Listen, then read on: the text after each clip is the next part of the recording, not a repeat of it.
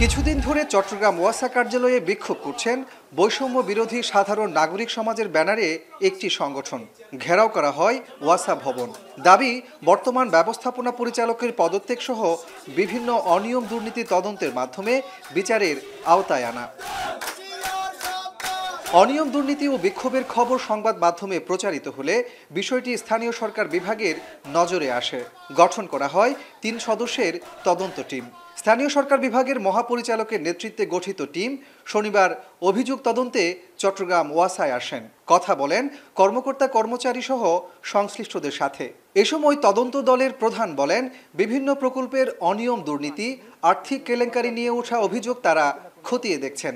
তদন্ত শেষে প্রতিবেদন আকারে জমা দেওয়া হবে মন্ত্রণালয়ে। ওয়াসার যে কোনো ত্রুটি বিচ্যুতির জন্যই অ্যাকাউন্টেবল হবেন উনি, যেহেতু এই প্রতিষ্ঠানের প্রধান নির্বাহী কর্মকর্তা বা চিফ এক্সিকিউটিভ অফিসার, সেই হিসাবে সব কিছুতেই ওনার দায়িত্ব থাকবে।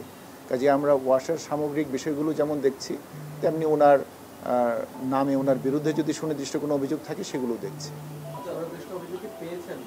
এটি আমরা এই পর্যায়ে বলবো না, কারণ আমরা এখনো তদন্ত কার্যক্রম পরিচালনার মধ্যে আছি।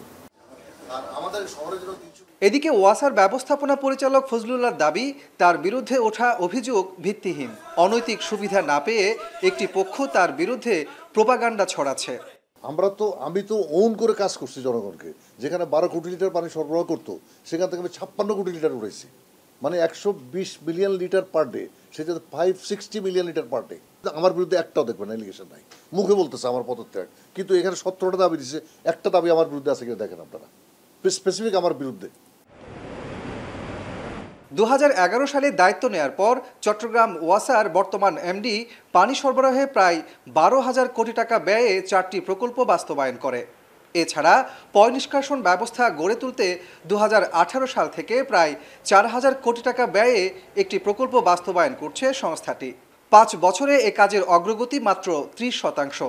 প্রতিটি প্রকল্পে দুর্নীতির অভিযোগ তোলে সচেতন নাগরিক সমাজ।